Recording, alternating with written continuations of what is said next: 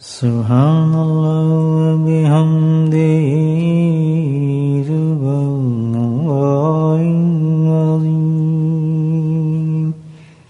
سبحان اللہ وبحمدہ سبحان اللہ العظیم سبحان اللہ وبحمدہ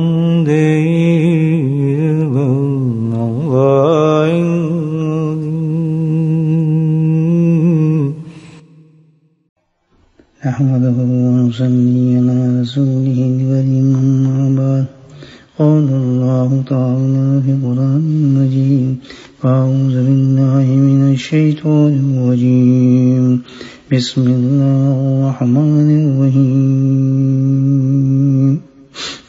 إن الله وملائكته يصلون على النبي يا أيها الذين آمنوا صلوا عليه وسلموا تسليما اللهم صل على سيدنا ومولانا محمد الجود والكرم اللهم صل على سيدنا ومولانا محمد وآله وصحبه وبارك وسلم اللهم صل على سيدنا ومولانا محمد وعلى آله وصحبه وبارك وسلم أما بعد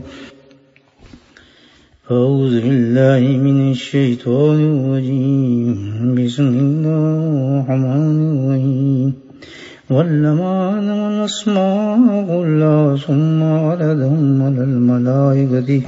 على الملائكة فقال أنبئوني بأسماء هؤلاء إن كنتم صادقين قالوا سبحانك لا علم لنا إلا ما علمتنا إنك أنت العليم الحكيم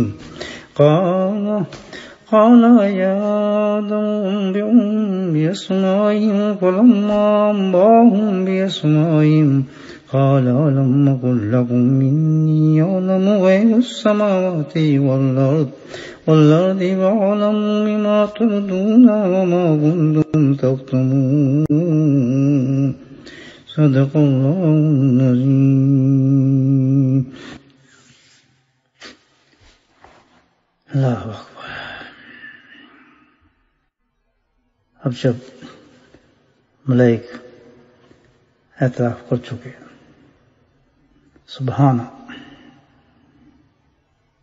اپنے اظہار کے لیے اس عظیم کلمے کو انہوں نے اپنے زبانوں سے ادا کیا اور گواہی دے دی اس چیز کی، اللہ پاک کی بڑائی کی، عظمت کی.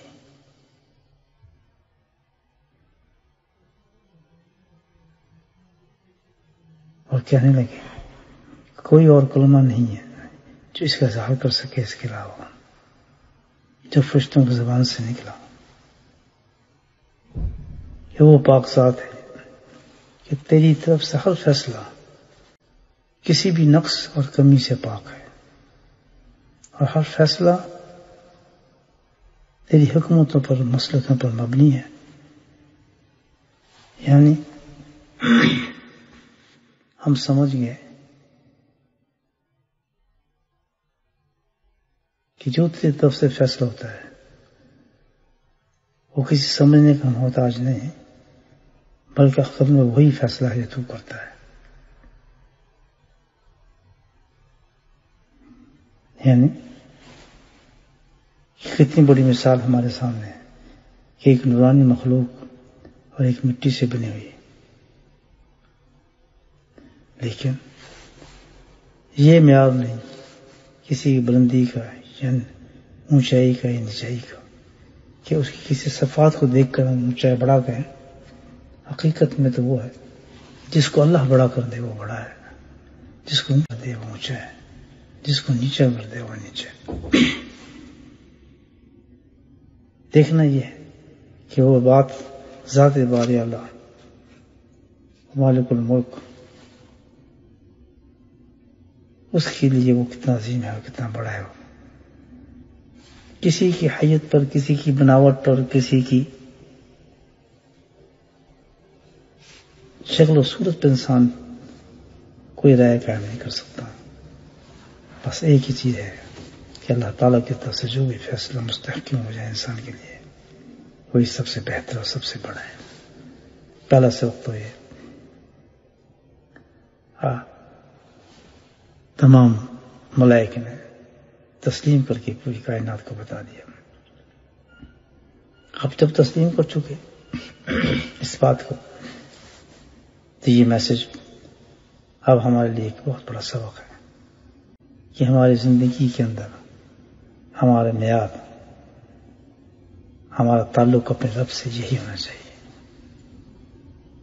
کہ بھئی ہم کسی چیز کے بارے میں مصلحت نہیں سمجھ سکتے، نہ ہماری سمجھ میں کوئی چیز آ سکتی ہے الا یہ کہ جو اللہ کی طرف سے فیصلہ ہو جائے اس کو بعین اس کو قبول کر لیا جائے.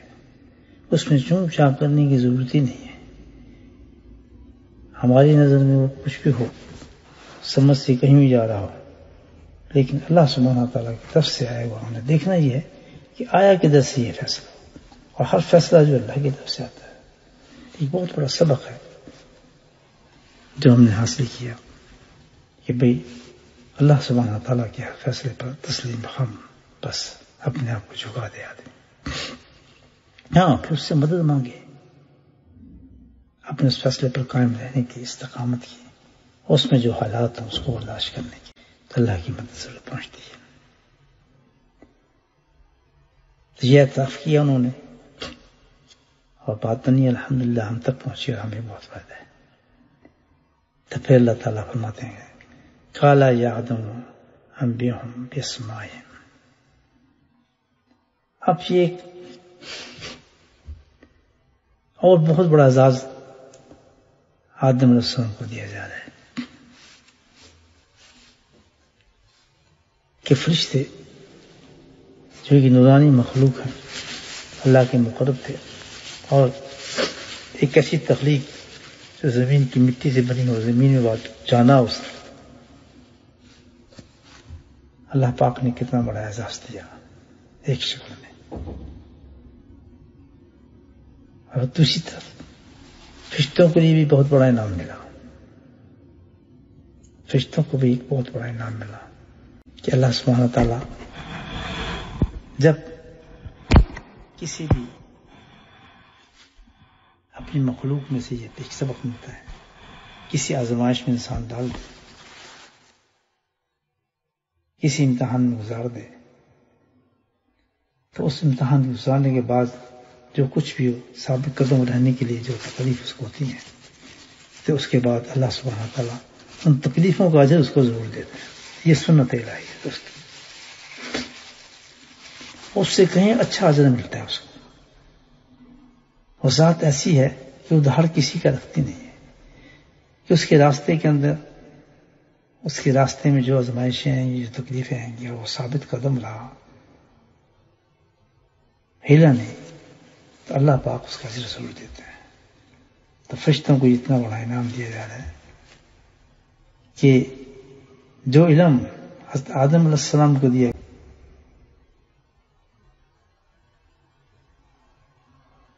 اللہ سبحانہ تعالیٰ فرمایا حضرت آدم علیہ السلام سے قال یا آدم انبئہم باسمائہم، کہ اب ان فرشتوں کو بھی کچھ اس میں تو علم عطا فرما دے. سبحان اللہ.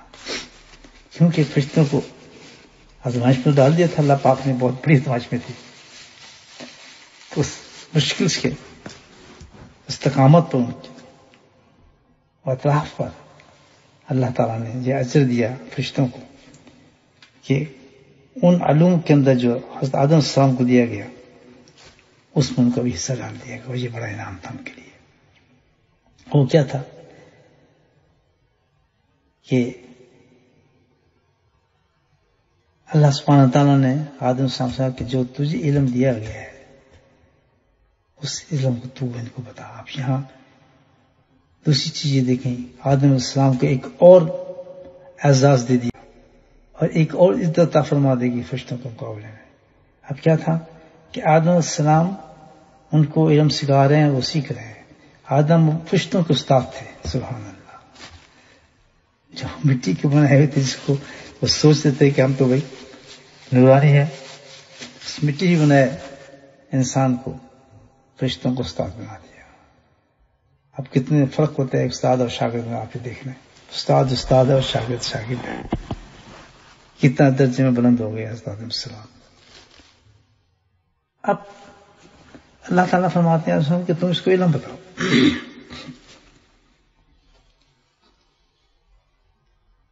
یہ کیا بات؟ آدم السلام تو زمین کی مخلوق ہیں اور یہ ایک نورانی مخلوق ہیں۔ آدم السلام کو علم دیا گیا، جیسے پچھلی بیان میں اس بات کو دیکھا، وہ سارا علم وہ تھا جو کے حساب سے تھا، زمین کے حساب سے تھا، جہاں پہ اترنا تھا، جہاں ان کی اولاد نے آنا تھا سارا، اور جہاں رہنا تھا ہمیشہ۔ تو وہ علم تو آدم السلام کو اس سلسلے میں دیا ہے کہ وہ زمین پہ اتریں گے، وہاں استعمال ہوگا علم۔ تو فرشتوں سے اس علم کا تعلق، اور جو علم دیا گیا وہ تو شریعت کا علم تھا، جس کو زمین پہ جس کے ذریعے رہنا تھا، وہ شریعت کا علم تھا، اللہ تعالیٰ نے عطا فرمایا تھا ان کی گائیڈنس کے لیے، ان کی زندگی گزارنے کے لیے، یعنی ہمارے لیے، تاکہ اللہ تعالیٰ کے بنائے اصولوں پہ ہم زندگی گزار سکیں، وہی تھا شریعت کا علم۔ تو وہاں شریعت کا کام جب فرشتوں کو کہا جائے کہ تم ان کو بھی علم سکھاؤ، فرشتے ایک نورانی مخلوق ہیں، ان کی مسکن آسمان ہے، ان کا زندگی کا معیار مختلف ہے، ان کے اصول زندگی کے مختلف ہے، ان کا مقاصدگی مختلف ہے جو اللہ نے بنایا ان کے لیے۔ آسمانوں پہ کیا شریعت رائج کی جائے گی بھائی؟ سوچیں ذرا۔ اور ان کے یہاں تو حلال حرام کا تصور بھی نہیں، وہ تو ایک ایسی مخلوق ہیں جو اس چیز سے مغرہ ہیں، منیات تو ہے ہی ان کو، کیوں کام ایسا کرنا ہی نہیں، اللہ کی نافرمانی تو کرنی ہی نہیں ان کو، اور شریعت ساری بیس کرتی اس پر۔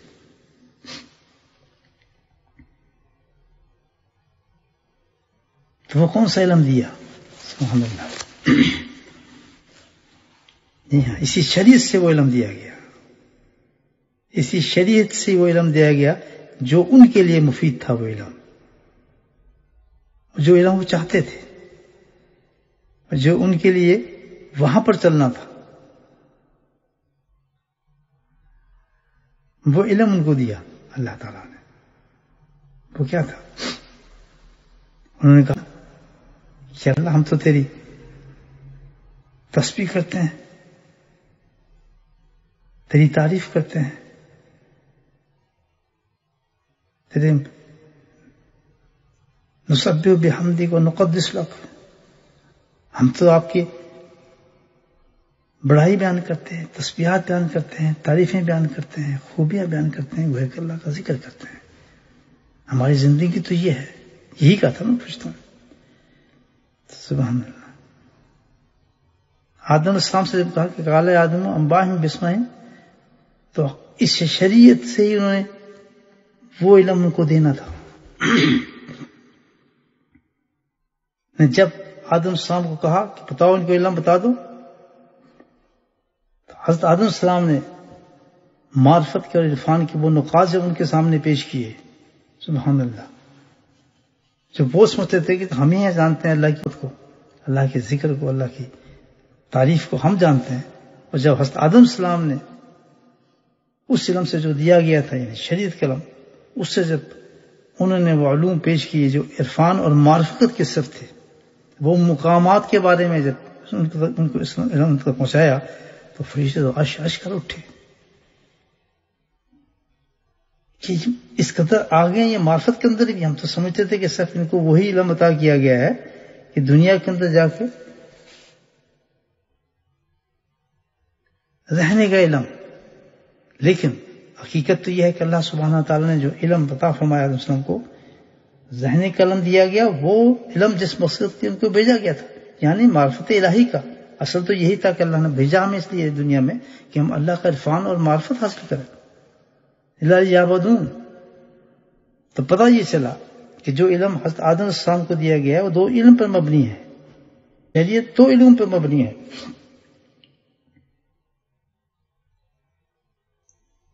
ایک علم ظاہر ہے اور ایک علم باطن ہے. تو علم ظاہر جو شریعت کا وہ تو ظاہر دنیا پہ چلے گا، لیکن علم باطن جو تھا اس سے فرشتوں کو مستفید کر دیا اور فرشتے بھی اس علم سے ان مقامات کو سمجھے کہ یہ ہے اللہ کی عرفان اور معرفت. اب آپ یہ دیکھیں کہ انسان جو زمین پہ اترے گا اور اس نے زمین سے اللہ تعالیٰ کی جس میں اتنی رکاوٹیں ہوں گی، اس میں اس قدر نفس اور اس قدر شیاطین کے راستے ہوں گے، ان تمام راستوں کو ہٹا کر اس نے اللہ کی معرفت اور اللہ کی عرفان کو حاصل کرنا ہے، تو کتنا بڑا مجاہدہ ہوگا یہ آپ دیکھیں. ان کے لیے تو یہ نہیں تھا. تو اتنے مکمل اور جامع اصول علوم جو ظاہر کیے انہوں نے، بہت حیران ہو گئے، آشش کر اٹھے. سبحان اللہ کہ یہ انسان واقعی دنیا میں جا کر کس طرح اللہ کے قرب تک پہنچے گا، یہ اتنا مقام طے کر جائے گا. یہ آپ وہ دیکھیں کہ کتنا بڑا علم لدنی ہوگا جو اللہ نے عنایت فرمایا حضرت آدم علیہ السلام کو اور جو ہم تک پہنچا. تو گویا دو علم ہوئے شریعت کے ساتھ، علم ظاہری اور علم باطنی. علم ظاہری علم جو ہے وہ کیا ہے؟ حلال اور حرام تک جو ہم انفارمیشن دے گا وہ سارا علم شریعت کا علم ظاہری ہے. اس علم سے ہم نے اپنے آپ کو ان منہیات سے روکنا ہے جو اللہ کے راستے میں رکاوٹیں ہوں گی ہماری. حلال حرام کو سمجھیں گے. اور جو دوسرا علم ہوگا علم باطن، جس کو علم لدنی بھی کہیں گے، اس سے اللہ تعالیٰ کے معرفت اور عرفان کے منازل کو طے کرنا ہے. یہی وہ مقامات ہیں جو انسان دنیا میں رہ کے طے کرتا ہے، جس کو ہم تصوف کہتے ہیں. کیونکہ اس وقت مخاطب آپ حضرات سے ہم جو سارے اس لائن کے بندے بیٹھے ہیں الحمدللہ اور سن رہے ہیں، یہی بھائی آپ اسباق طے کر رہے ہیں جو حضرت آدم علیہ السلام کو دیا گیا تھا. شریعت علم شریعت جو دو چیزوں پر مبنی تھا، علم ظاہر پر اور علم باطن پر. تو یہ علم باطن جو ہے، جو علم ہے، وہ یہ حضرت آدم علیہ السلام کو دیا گیا تھا شریعت کے دوسرے جز کے اندر. یہ سارے مقامات جو طے کرتے ہیں، دائرہ ہمارا نقشبندی سلسلے سے تعلق ہے. مشائخ کرام جو آپ کا شیخ جس لیے انسان جاتا ہے اللہ کے لیے، تو انہی مقامات کو حاصل کرنے کے لیے جاتا ہے، اور انہی مقامات سے انسان عرفان اور اللہ کی معرفت کو حاصل کرتا ہے. اور یہی ہماری زندگی کا مقصد ہے، اللہ کو پانا، اللہ کی معرفت حاصل کرنا. یہ سارے مقامات آپ دیکھیں، بشر مقام زلال سے صفات سے اسماء شیونات اور پھر مقامی ذات، ان تمام مقامات پہ ترقی کرتا ہے انسان. اور پھر ترقی کرتے کرتے اس مقام تک پہنچ جاتے ہیں کہ جہاں زبان بتانے سے قاصر ہے، نہ ہی زبان میں قوت ہے کہ اس مقام کو بتا سکے. ایک کبائر اولیاء قول میں نے آپ کو سامنے پیش کیا ہے کہ اس مقام تک انسان پہنچ جاتا ہے طے کرتے ہوئے. فرشتے تو نہیں، فرشتے تو ایک مقام پر ہی ہوتے ہیں. اب علامات اس کے بارے میں تھوڑا سا جن میں آپ کے سامنے بتایا کہ زلال ہے، صفات ہے، پھر اسم و شونات ہے. یہ بھائی آپ جو مقام طے کر رہے ہیں، جانے کے بعد اگر کوئی مرید کسی نقشبندی شیخ کے پاس جائے اور جب وہ ان مقامات پہ نہ آئے تو وہ تو مرید ہی نہیں ہے. جب بھی انسان کسی شیخ کے پاس ہے، اب یہ آپ سے اس پہ غور کریں، ان باتوں پر بڑی قیمتی بات ہوں گی کہ جس وقت مرید کسی شیخ کے پاس جاتا ہے وہ یہی چیز حاصل کرنے کے لیے جاتا ہے کسی شیخ کے پاس، اور کوئی مقصد نہیں. تو آپ الحمدللہ کسی شیخ سے تعلق رکھا ہے تو انہی مقامات کو طے کر رہے ہیں آپ. اتنے بلند مقام ہیں یہ آپ دیکھیں. زلال سے نکلتے ہیں، پھر صفات میں پہنچتے ہیں، پھر اسماء شیونات میں پہنچتا ہے، پھر آدمی پھر مقام ذات تک اس کی رسائی ہے. انہی اسباق سے. کیا کرتا ہے جس آپ دیکھیں، ریپیٹ کرتا ہوں آپ کے لیے. ساتوں لطائف کو طے کرتے ہیں آپ پہلے. یہ وہی نام ہے جو آپ کو بتا رہا ہوں، ظلال صفات اسماء و ثبوت، یہ سارے ٹیکنیکل نام ہیں ان مقامات کے. جب آپ اپنے شیخ کے پاس جاتے ہیں وہ آپ کو 7 لطائف پر ذکر اسم ذات دیتا ہے. جیسے ہی ذکر اسم ذات شروع ہوتا ہے آپ کے 7 لطائف پر، آپ کی سیر شروع ہو جاتی ہے ظلال پر. اللہ اکبر. اور مرید باقاعدہ ان مقامات پر چلنا شروع ہو جاتا ہے. اللہ کے قرب کے وہ مقامات طے کرنا شروع کر دیتا ہے، بلندی پر چلنا شروع ہو جاتا ہے. ہر مقام سے بلند ہوتا ہے، ہر ایک سبق سے اونچا چلنا شروع ہو جاتا ہے. لطیفہ روح سے قلب پہ، قلب سے روح پہ آتا ہے، روح سے سر پہ آتا ہے، سور سے پھر خفی پہ جاتا ہے، پھر اخفا پہ جاتا ہے، بلند مقام ہو جاتا ہے. پھر انہی کو آگے چلاتا ہے شیخ، مقامات پہ لے جاتا ہے مریدوں کو. آپ کی سب اسباق دہرا رہا ہوں سارے، سنیں آپ. راک پہ عادیت آ جاتا ہے، آتا ہے نا، آپ کرتے ہیں. یہ کم مقام ہے. سبحان اللہ. اسی مقام کی بات کی جس پہ سارے فرشتے اش اٹھے کہ یہ مقامات اس طرح کریں گے جا کے دنیا کے اندر یہ لوگ ایسے عرفان اور معرفت حاصل کریں گے اللہ تعالیٰ کی.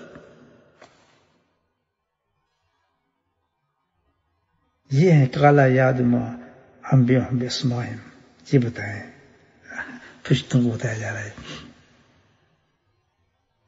ذرات سے صفات میں جائیں گے. پھر دیکھیں جتنے بھی مراقبات جو آتے ہیں پھر اس کے بعد تجلیات افعالیہ، صفات ثبوتیہ، شؤون ذاتیہ، صفات سلبیہ اور تجلیات شامہ، یہ ساری وہی ہیں صفات ہیں، اس میں شہنات ہیں سارے.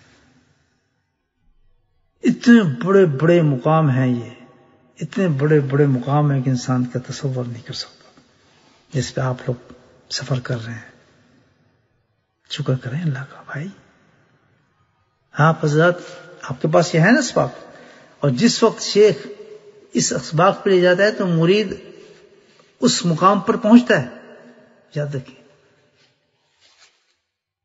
یہ جو ہماری سرے پہ سبوک ہے، یہ وقت ضائع نہیں کر رہے آپ.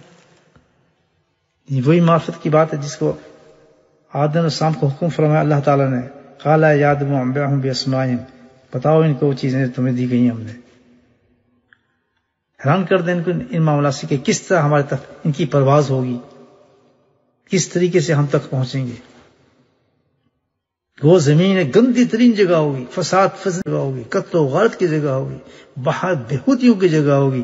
لیکن سبحان اللہ وہیں سے یہ انسان بھائی تم تو فرشتوں یہیں بیٹھے ہو، تجلیات میں گھومو، انوارات میں گھومو، اللہ کے قرب ہر چیز دیکھتے ہو. وہ جو زمین کے اندر ہوں گے، آپ میں اور بیٹھے ہیں، کہاں بیٹھے ہیں آپ بتائیں مجھے، ہم کہاں بیٹھے ہیں. سبحان اللہ. لیکن جیسی انسان الحمدللہ علم لدنی کی طرف چلتا ہے، جو شریعت کیا ہے، دونوں علوم جو ہیں شریعت کے ہیں. شریعت کے 2 جز ہیں، علم ظاہری اور علم باطنی. یاد کرنے سبق، اور دونوں کا ملاپ ہے. دونوں سے ایک الگ نہیں کر سکتا، دوسرے کو الگ نہیں کر سکتے آپ. جب ایک دوسرے سے الگ کریں گے وہ فتنہ بن جائے گا. جی ہاں، فتنہ بن جائے گا. کیسے؟ یہی سب سے بڑا فتنہ ہے آج کے زمانے کا. آپ دیکھ لیں کہ کچھ لوگوں نے علم ظاہر کو پکڑ لیا، بس اس کو کافی سمجھ لیا، اور شیطان نے نفس کو پکڑ لیا، اس میں لذتیں آ گئیں. علم ظاہر سے تقریر ہو رہی ہیں، مجمع لگ رہے ہیں، واہ واہ ہو رہی ہے، اور یہ ہو رہا ہے، اس میں ان کو اس نے اپنے آپ کو بس یہی سمجھا کہ یہی سب کچھ ہے.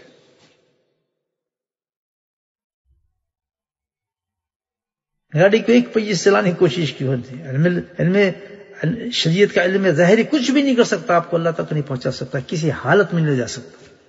وہ تو ایک پہیہ ہے، وہ بلکہ نفس پرست بنا دے گا، آپ کو ریاکار بنا دے گا، دنیا دار بنا دے گا. اس میں آپ کی خواہشات یہ ہوں گی کہ لوگ تعریف کریں، واہ کریں، بس ہم درس دیتے رہیں، ہم فلاں کرتے رہیں، ہم تقریریں کرتے رہیں، لوگ بتاتے رہیں. کہیں بھی اس میں وہ شائبہ نہیں ہوا جہاں اللہ تعالی کی معرفت آپ کو نصیب ہو. انہوں نے اس کو پکڑ لیا، اور بعض تو اتنے سخت ہو گئے انہوں نے ٹھپے لگا دیا کہ اس کے علاوہ کوئی علم ہی نہیں ہے، بس یہی جو ہے سب کچھ ہے. یہ فتنہ بتا رہا ہوں اس زمانے کا آپ کو. یہ وہ علم ہے جو حضرت آدم السلام اللہ کے حکم سے تو کو پیش کر رہے ہیں. قال یا آدم انبئهم باسمائهم، بتا ان کو وہ علم جو میں نے تجھے دیا ہے کہ کس طریقے سے تم زمین سے پرواز کر کے مجھ تک پہنچو گے اور معرفت کو اس حصے کو تم حاصل کرو گے. بتا ان کو ذرا یہ علم. یہ تفسیر کے دوستوں.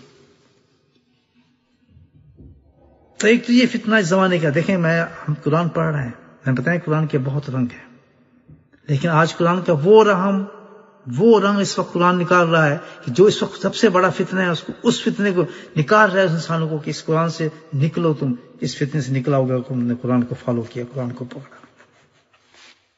آج کے زمانے کا سب سے بڑا فتنہ یہی ہے. یاد دیکھیں کہ علوم شریعت جو ہے جس کے دو جز ہیں، علم ظاہر باطن، انسان بکھر گیا ہے اس میں، اور سارے فتنے سے پیدا ہوئے ہیں. فرقے، جتنی لڑائیاں، جھگڑے، فساد دین کی جہاں بھی آپ دیکھیں گے صرف اس وجہ سے ہوا ہے کہ ہم علم شریعت کے اصل علم شریعت کو بھول گئے کہ واقعی اس کے دو ہیں. اور ثابت ہو رہا ہے قرآن سے کہ جب پیش کیا ان کو کہا کہ ان کو آپ اپنا علم بتائیں، تو حضرت آدم السلام نے شریعت کا علم ظاہر تو وہاں پیش ہی نہیں کیا کہ اس کے لیے تو ان کا مقصد کچھ نہیں تھا، قانون نہیں تھا، تو کون سا پیش کریں. سبحان اللہ. اللہ نے کہا بتا، تو انہوں نے پھر ان کے مطابق بنائے، علم باطن کو بتایا. وہ تو ان کی خوراک تھی علم باطن، اس کو تو ماسٹر تھے سارے فرشتے الحمدللہ، وہ تو تھے اس کام پر.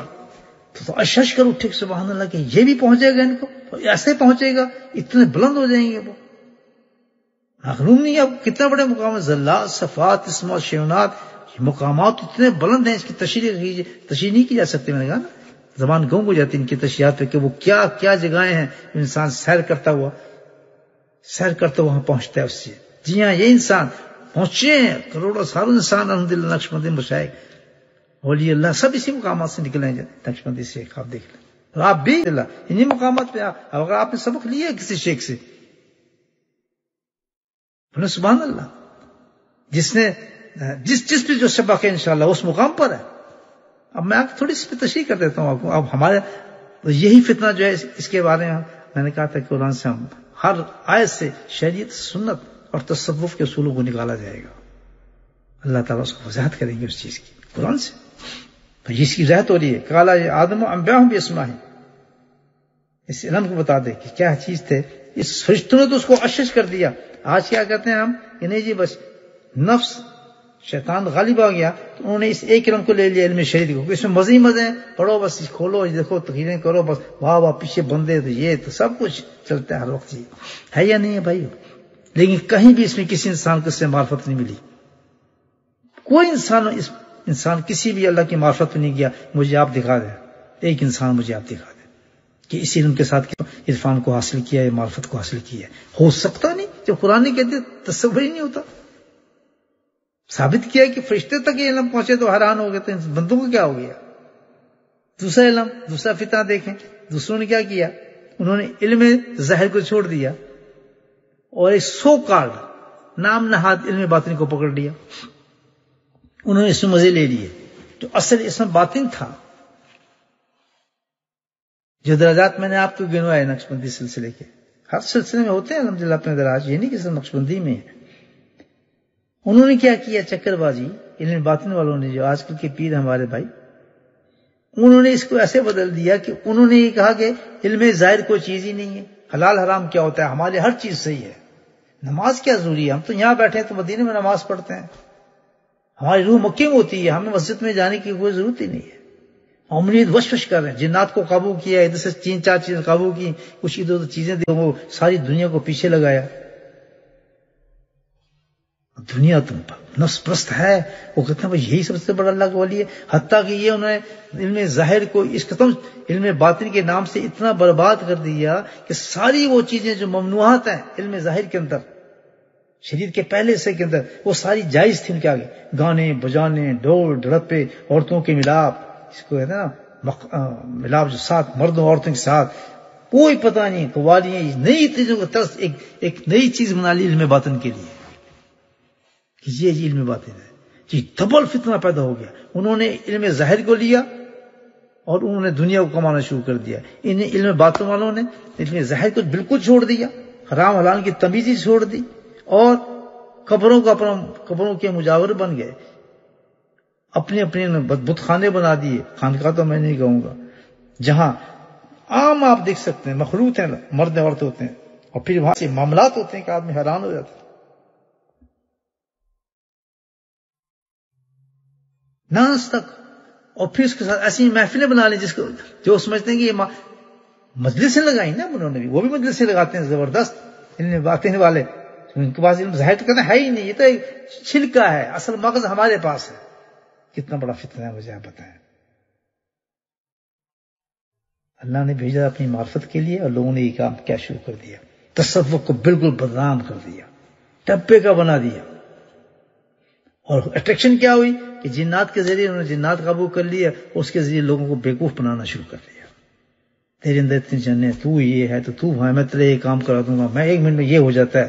آدمی اپنے کاموں کی وجہ سے ان کو معرفت بھول گئی کہ ہم معرفت حاصل کرنے اس علم سے، ان کو اپنی زندگی کی پرابلم شروع ہو گئے کہ یہ یہاں سے ہمارا کام ہو جائے گا، یہ کر دے گا تو فلاں کام ہو جائے گا، منٹ میں ہمارا کام کرا دیتا ہے، ہمارے سارے مسئلے حل ہو جائیں گے، حامد کو میں قابو کر لی، کہتے ہیں میں اس کو سری سے قابو، یعنی بالکل تصوف کا رنگ ایک الٹا ہو گیا، جو حقیقت میں اللہ تک پہنچانے والا علم تھا اس کا رنگ بدل دیے، سب سے بڑا فتنہ پیدا ہو گیا۔ تو علم شریعت کو انہوں نے چھوڑ دیا، انہوں نے علم باطن کو چھوڑ دیا۔ یہ دو الگ فرقے ہیں، اس وقت موجود ہیں۔ علم شریعت کو دیکھنا چاہتے ہیں آپ دیکھ لیں، تقریریں واضح جائیں آپ، بڑی ہوتی ہیں مسجد میں، سن لیں آپ، لیکن کوئی آدمی اللہ تک نہیں پہنچ سکتا اس سے۔ ایک آدمی صرف لذتیں ہوتی ہیں، کیونکہ حدیث ہے، اللہ کہتے ہیں کہ تقریروں کے اندر جادو ہے، لفاظی ہوتی ہے، جادوگری ہوتی ہے، بڑے ترنم سے پڑھتے ہیں ہر بات، ایسے ایسے قصے سنائیں گے، ایسے ایسے قرآن کے قصے لے کر آئیں گے جن کے معنی اور فیزکس بالکل مختلف ہے جو معرفت الہی کے لیے ہیں، ان قصوں کو ایسا موڑ دیں گے وہ ایک قصے کی کہانی بن جاتی ہے انسان کے لیے، وہ کہتے ہیں کہ چلو جی اس کے پاس چلتے ہیں، سنتے ہیں، اس کی باتوں میں مزہ آتا ہے جی، کچھ آتا ہے یہ ایسا نہیں آج مجمع لگا دیں گے، عاشق رسول ہیں جناب، نعت خواں آ گیا، اللہ اکبر۔ کبھی دیکھیں مانچسٹر کی جگہ مسجد کے اندر کہ جس وقت وہ کیا کام کرتے ہیں، کیا جلوس ہوتے ہیں، عورتیں ناچتی ہیں، میں نے پاؤ پھلا دے ہار میں مدینے چلیاں، باقاعدہ ڈانس اس نعت پر، میں نے پاؤ پھلا دے ہار میں مدینے چلیاں، پیچھے ڈھول بج رہا ہے اور عورتیں ناچ رہی ہیں، میں نے پاؤ مست، کہتے مست ہو گئی ہے، میں نے پاؤ پھلا دے ہار تے میں مدینے چلیاں۔ یہ بتائیں، تو یہ انہوں نے علم شریعت کو چھوڑ کر علم باطن کو بدنام کر دیا، اور انہوں نے علم باطن کو چھوڑ کر علم شریعت کو بدنام کر دیا۔ حقیقت کیا ہے؟ حقیقت یہ ہے جو قرآن بتا رہا ہے آپ کو، قالا یا آدم انباہم باسماہم، کہ آدم ہم نے جو علم دیا ہے تمہیں زمین پہ جانے کے لیے شریعت، اس میں سے ایک حصہ ان کو بتاؤ جو ان کے لیے ہے۔ ظاہر ہے پہلا حصہ شریعت کا تو ان کے لیے ہو ہی نہیں سکتا، علم ظاہر کا ان کو سے کیا تعلق ہے، یہ نہ حرام کرتے ہیں نہ حلال، تو ان کو وہ بتاؤ جو ان کی غذا ہے، کہ ان کو پتہ چلے کیا معرفت، ہم بتاتے ہیں تمہیں کہ معرفت کس طرح ہم زمین سے اٹھیں گے تو ہم تمہارے مقامات سے بلند ہو جائیں گے۔ سبحان اللہ، وہ ہیں یہ اسباق جو میں نے آپ لے رہے ہیں۔ تو ان دو فتنوں سے بچنا ہے دوستو، کیا کرنا ہے ہم نے کہ دونوں چیزیں چاہیے اللہ کے قرب کے لیے، علم ظاہر چاہیے جس پہ ہم نے علم کرنا ہے، اور علم باطن چاہیے کہ جو ہمیں آخر اللہ کا تعالیٰ کا معرفت اور عرفان عطا فرمائے گا۔ اس میں سے ایک کو ہم نے چھوڑ دیا تو کام ختم ہو جائے گا۔ جیسے میں آپ کو بتاتا ہوں، سنیے میری بات، آپ نے بڑے بڑے اسباق حاصل کیے ہوئے ہیں یاد دوستو۔ پہلا ہی سبق جو ہے اس میں ذات کا اللہ کا اتنا بڑا سبق ہے کہ آپ کی پرواز آپ کے جسم سے نکل جاتی ہے، آپ آسمانوں پہ ہوتے ہیں۔ یہ میں آپ کو حقیقت بتا رہا ہوں، یہ مقام ہے اس کا۔ تو کیا ہوگا کہ 7 لطائف پر جو اللہ کا نام لیتا ہوگا، لیکن کیونکہ ہمارے یقین نفس ہمارے اندر ایک شیطانی وسوسے پیدا ہو گئے ہیں کہ ہم علم کو دیکھنا چاہتے ہیں، وہی جو پہلا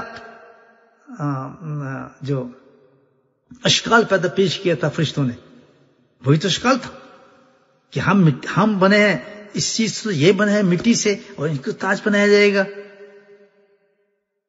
یہی تو اشکال تھا کہ ہمیں اس چیز پہ یقین ہی نہیں کہ جو اللہ تعالیٰ بتا رہا ہے کہ میں نے علم دیا ہے، یہ تم تک پہنچا ہے، اس علم سے تم مجھ تک پہنچتے ہیں۔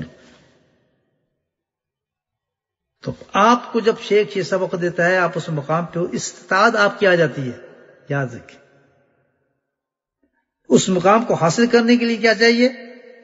یہ بھی سنیں، اس مقام کو حاصل کرنے کی جو آپ کو شیخ نہیں چاہیے، اس میں آپ کو علم شریعت پہ مکمل عمل چاہیے.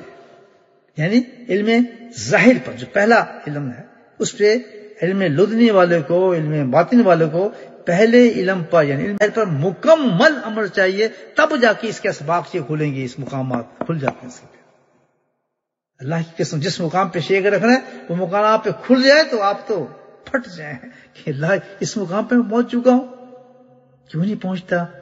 وجہ اس کی کیا ہے کہ ہم علم ظاہر کے اندر کمزور ہوتے ہیں. وہ چل ہی نہیں سکتا ایک پہیے پہ گاڑی. علم ظاہر کا سب سے پہلا سبق یہ یاد رکھ لیں، سب سے پہلا علم ظاہر کا سب سے پہلا سبق یہ ہے کہ تمہارا رزق حلال ہونا چاہیے. میں نے بتاؤ، جب رزق حلال ہی نہیں ہے ہمارا، علم ظاہر کا یہ ہم نے شک پورا ہی نہیں کیا، یہ کنڈیشن پوری نہیں کی، تو علم باطن سے ہمیں کس اسباق پہ ہمیں فائدہ پہنچ سکتا ہے؟ ہو ہی نہیں سکتا. علم ظاہر کے تمام اصولوں کو اس طرح پابندی کے ساتھ اگر ہم کریں گے، جتنی کریں گے، رزق حلال ہونا چاہیے. اس کے بعد باطن کے جتنے بھی گناہ ہیں، جھوٹ، غیبت، یہ سب چیز علم ظاہر میں آتی ہیں، یاد رکھیں، کنٹرول کرنے کے لیے. جیسے جیسے علم ظاہر پر ہم کنٹرول کریں گے اپنے آپ پر، اور جو اسباق تمہیں شیخ دیتا ہے ان اسباق میں انشاءاللہ آپ کو بلندگی شروع ہو جائے گی. تو ایسے ہیں کہ اتنے بڑے اسباق انسان پتھر پہ دے دو پتھر بول پڑتا ہے. اتنی بڑا بلند مقامات ہے یہ تو بھائی، جس پہ آپ طے کر رہے ہیں. 15 سبق ہوں، 11 سبق ہوں، 10 سبق ہوں، اور پھر گناہ ہو رہے ہوں، اور پھر کیا جی ہم مقام کیوں نہیں ملا؟ کیسے ہو سکتا ہے؟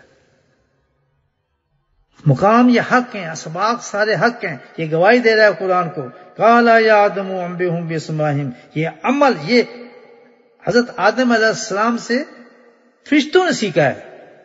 گویا کہ انسان ٹیچر بن گیا تھا فرشتوں کا، اور وہ اشش کر اٹھتے تھے کہ ہم نے قبول کیا اس کی، جس نے اتنے بڑے نکات میں بتائے. آج وہی علم آپ کو سکھایا جاتا ہے، تو ہم لوگ کیوں نہیں ترقی کے دوستوں؟ اسی وجہ کیا ہے؟ مزے یہی ہے کہ ہم علم ظاہر پہ کمزور ہیں. علم ظاہر ہمارا کمزور ہے. ہماری سب سے بڑی چیز رزق ہمارا حلال نہیں ہے. ہمارا باطن ہمارا گندا رہتا ہے. ہم جھوٹ بھی بول جاتے ہیں، ہم غیبت بھی کر جاتے ہیں، ہم چغلیاں بھی کر جاتے ہیں، ہم ہر قسم کے گندے کام کرتے رہتے ہیں. اس کے ساتھ تسبیح اللہ اللہ بھی کرتے رہتے ہیں. اس کے ساتھ جو اسواق دیے وہ بھی ہم کرتے ہیں، ملاقات بھی کرتے رہتے ہیں، سب کچھ کرتے رہتے ہیں. تو پھر کیا ہے کہ اس جگہ تک تو شیخ پہنچا دیتا ہے، آپ کو سبق دینے کے بعد اس جگہ پہنچا دیا، لیکن دروازہ بند ہے، کھل نہیں سکتا دروازہ جب تک کہ آپ خود محنت کر کے اصول اس میں ظاہر پر جو منع کرتا ہے کہ یہ حرام ہے اس کو مت کرنا، یہ بالکل غلط ہے اس کو مت کرنا، اس کو جب منہیات کو آپ پکڑیں گے کہ شریعت کیا کہتی ہے. اسی لیے کہا جاتا ہے کہ ہر فیصلہ اپنا زندگی کا جو کریں آپ کس کے؟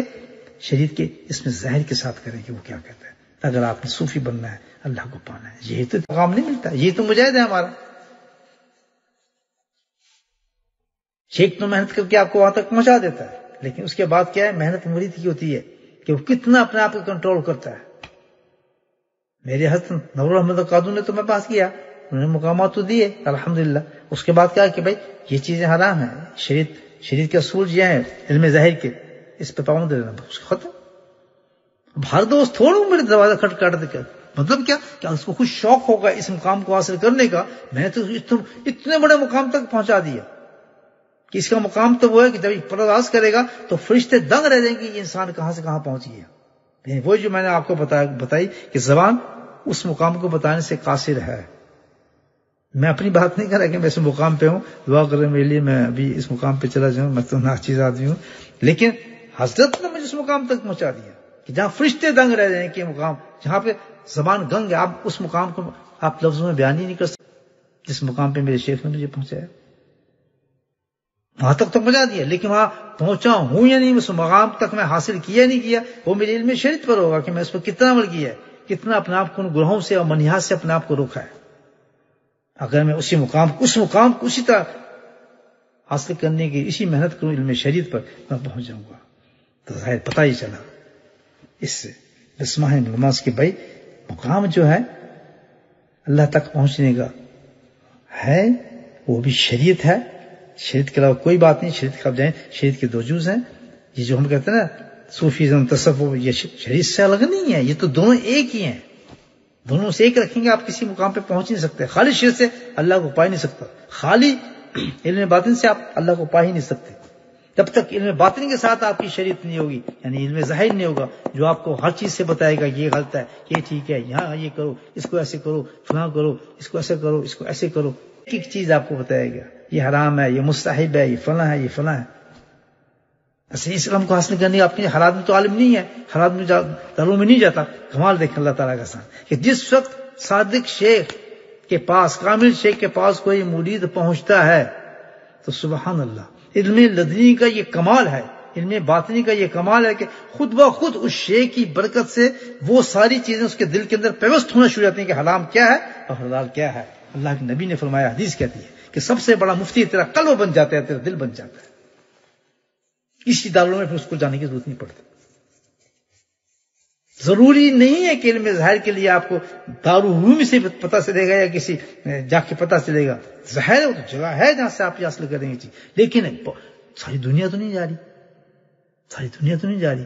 تو اس کے لیے کتنا عجیب دروازہ لگا کہ جس وقت وہ شیخ کے پاس جاتا ہے تو ظاہر ہے جب تک علم ظاہر نہیں ہوگا تو مقام تک تو پہنچ نہیں سکتا, وہ تو کوئی منزل حاصل نہیں کرے گا. تو ظاہر کا بھی اللہ تعالیٰ نے ایسا سسٹم رکھتا ہے کہ کامل شیخ جو ہے, ایسا مرید جب اس کے پاس آتا ہے تو کیونکہ اس نے اللہ تک پہنچانا ہے, اور تک پہنچنے کی ظاہر ہے جب تک اس کے پاس علم ظاہر کا علم نہیں آئے گا, حرام حرام کا پتہ نہیں چلے گا, تو یہ بھی کام نہیں کرے گا جو علم وہ بتا رہا ہے, علم باطنی بتا رہا ہے. تو خود بخود الحمدللہ اتنی صفائی اور اتنا جذب ہو جاتا ہے اس کے اندر انسان کہ وہ سارے علوم اس کے اندر آنا شروع ہوتے ہیں. علوم سمجھ نہیں کہ وہ پڑھانا شروع کرتا ہے, شیخ الحدیث بن جاتا ہے, یہ شیخ الفقہ بن جاتا ہے. نہیں, اس کو حرام حلال کا بالکل تمیز آتی ہے. اور میں گارنٹی سے کہتا ہوں, گارنٹی سے میں قرآن کی زبان میں آپ سے کہتا ہوں کہ جتنے میرے مرید ہیں, ریورٹ ہیں, ہندو سے مسلمان ہوئے ہیں, کرسچن سے مسلمان ہوئے ہیں, انہوں نے کوئی کتابیں نہیں پڑھی, کوئی فکر نہیں پڑھی, میں آپ کو گارنٹی سے کہتا ہوں کہ یہاں آنے کے بعد انہوں نے اسباق لیے ہیں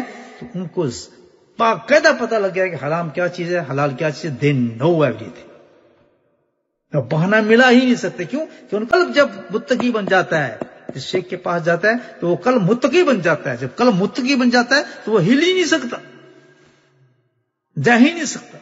تو کوئی ایکسکیوز ہے ہی نہیں. اللہ نے ایسا انتظام کیا ہے کہ جب اس علم کو حاصل کرنے کے لیے آپ جاتے ہیں کسی شیخ کے پاس اور آپ نے علم حاصل نہیں کیا ہوتا, سنیں, آپ علم لدنی, علم باطن حاصل کرنے کی جاتے ہیں اور آپ نے علم ظاہر حاصل نہیں کیا ہوتا, کوئی بات نہیں. جس وقت آپ جاتے ہیں سچی نیت سے اپنے شیخ سے سیکھنا چاہتے ہیں تو ظاہر ہے حلال حرام کا آپ کو پتہ ہونا چاہیے. نہیں پتہ ہوگا تو آپ علم باطن میں چل ہی نہیں سکتے, فیل ہو جائیں گے. تو اللہ نے ایسی برکت رکھی ہے اس علم کے اندر کہ جب علم حاصل کرنے جاتے ہیں کسی شیخ کے پاس, سبحان اللہ, وہاں سے آپ کے دل کے اندر ایسا نور اللہ تعالیٰ پیدا فرما دیتا ہے کہ آپ کے اندر وہ احساس پیدا ہو جاتا ہے کہ یہ حرام کام ہے, یہ حلال کام ہے.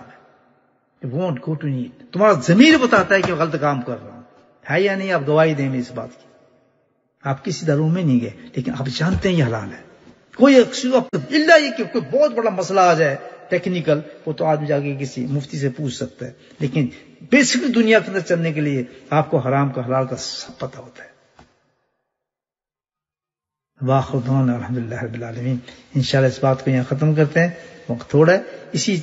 اسی ماشاءاللہ اسی بات کو کیونکہ تصوف کا رنگ نکل رہا ہے اس میں, کیا حضرت آدم السلام نے سب فرشتوں کو صوفی بنایا. سبحان اللہ, صوفی بنایا, کیونکہ علم ظاہر تو دیا ہی نہیں ان کو کیا تعلق تھا, سب کو صوفی بنا دیا فرشتوں کو, اور سارے شاگرد بن گئے حضرت آدم السلام کے. تو گویا آج بھی فرشتے الحمدللہ اسی نگاہ سے دیکھتے ہیں ان لوگوں کو جو علم باطن حاصل کر رہے ہیں, کسی شیخ کے بات پر ذکر کرتے ہیں, تو آج بھی وہ فرشتے ان کے لیے آسمانوں پہ دعا کرتے ہیں. میں آپ کو حدیث سنا دیتا ہوں, پکے دوست ہوتے ہیں فرشتے, یار ہیں ان کے, کیونکہ حضرت آدم السلام کو صوفی بنا دیا ہے. وہ بڑے خوش ہوتے ہیں کہ یہ وہ علم حاصل کر رہے ہیں الحمدللہ, جو ہمیں آدم السلام ہمیں جو علم ہمیں سکھا گئے, جو ہمیں بتا گئے. صوفی کے الحمدللہ ہر وہ انسان جو اللہ کی معرفت کا علم حاصل کر رہا ہے فرشتوں کو دوست ہوتا ہے. فرشتے ان کے لیے دعائیں کرتے ہیں, سبحان اللہ, استغفار کرتے ہیں. کاملین عرش ان کے لیے دعائیں کرتے ہیں, ان کے لیے استغفار کرتے ہیں. اگر ان سے کوئی بشریت کے تقاضے میں گناہ ہو جاتا ہے کوئی, سبحان اللہ سے استغفار مانگتے ہیں, اللہ اس کو معاف فرما دے, یہ تیری معرفت میں چلنے والا انسان ہے. تو میرے بھائیو, تم نے یہ علم سیکھ رہے ہو, اس علم کو ضائع کرو گے, سب سے بڑا محروم شخص وہ ہوگا قیامت کے دن میں، بتاتا ہوں آپ کو، سب سے بڑا محروم وہ شخص ہوگا کہ جس کو اللہ تعالیٰ نے علم دیا ہوگا اور اس علم کو اس نے ضائع کر دیا ہوگا، جس انسان کو اللہ نے قرآن دیا ہوگا اور اس قرآن پہ عمل نہیں کیا ہوگا، جس انسان کو علم حدیث دیا ہوگا اس نے صرف تقریروں میں گزار دیا، قرآن کو تقریروں میں گزار دیا، قرآن کو بس سنانے میں گزار دیا، اور اس نے علم اس پہ عمل نہیں کیا، بے عمل ہو گیا، اللہ کے پاس جائے گا، بتائے سب سے زیادہ محروم اور پچھتانے والا وہ شخص ہوگا کہ میں نے کیا زندگی اپنی برباد کر کے آیا۔ تو یہ مقصد جو ہم حاصل کر رہے ہیں علم معرفت کا، اگر آج آپ اس کو ضائع کر رہے ہیں دوستوں، کس وجہ سے ضائع کر رہے ہیں، کیسے ضائع رہا ہے؟ اس لیے کہ آپ علم ظاہر کو نہیں استعمال کر رہے پوری طور پر، حرام حلال کی کہیں تمیز نہیں آپ رکھ رہے، ان اصولوں پہ نہیں جا رہے، باطن گندا کا گندا، جھوٹ کا جھوٹ، حرام رزق، یہ سب کچھ جو ہے یہ بہت بڑی دیوار بن گئی ہے۔ آپ ذکر کرتے ہیں، اسواق لے رہے ہیں، سب کچھ لے رہے ہیں، ان سب پہ تالے لگے ہوئے ہیں۔ تو سب سے بڑا محروم وہ شخص ہوا، ایسے ہی جیسے قرآن لیا انسان نے، حدیث ہے کہ قرآن لے کے انسان قرآن کو پڑھتا ہی نہیں، تہجد پہ سوتا ہے اور سینے میں قرآن ہے، تو ایسا جیسے ایک بوری کے اندر آپ نے کسی مشک کو بند کر دیا، اس کی خوشبو باہر نہیں نکل رہی، یہ حدیث ہے۔ اسی طرح یہ علم جو آپ لے رہے ہیں کہ اسباق آپ نے لے لیے لیکن بند پڑے ہیں آپ کے، کیونکہ علم ظاہر پہ آپ عمل ہی نہیں کر رہے، شریعت پہ چل ہی نہیں رہے، آپ کے حرام کو حرام نہیں سمجھتے، حلال کو حرام سمجھتے، نہ آنکھوں میں حرام، نہ پردوں میں شرم، نہ گانوں، سب کچھ چلتا ہے گھروں کے اندر حرام سارا کچھ، اور کہتے ہیں تسبیح کر رہے ہیں، اللہ کا ذکر کرتے ہیں، اور ہم کے فلاں کے مرید ہیں، ہم فلاں کے مرید ہیں، ہم تو فاروقی صاحب کے مرید ہیں، بالکل میرے مرید ہیں، لیکن میں نے آپ کو واضح چیز بتائی ہے، میں نے آپ کو اس مقام تک پہنچایا ہے، میں نے اس مقام پہ لا کے کھڑا کر دیا، ناک کھلائیں آپ، کھولے گا تو جب آپ محنت کریں گے علم ظاہر پر، حرام کو حرام اور حلال کو حرام سمجھیں گے، دونوں علموں کو لے کے ساتھ چلیں گے، تو اللہ کی معرفت پہ آپ اتنے بلند ہو جائیں گے جو فرشتے اشش کریں گے۔ تو واقعہ آدم السلام نے خوب بتایا یہ علم، تو یہ وہ علم تھا جو آدم سے اللہ نے کہا انباؤں بھی اسماء ہے فلاں انباء، اے آدم ذرا بتا ان کو چیز جو ان کے کام بھی ہے، وہ چیز اللہ کے نبی حضرت آدم السلام نے ان کو علم معرفت سکھانا شروع کر دیا، وہ جو آج ہم سیکھ رہے ہیں۔ وآخر دعوانا الحمدللہ رب العالمین۔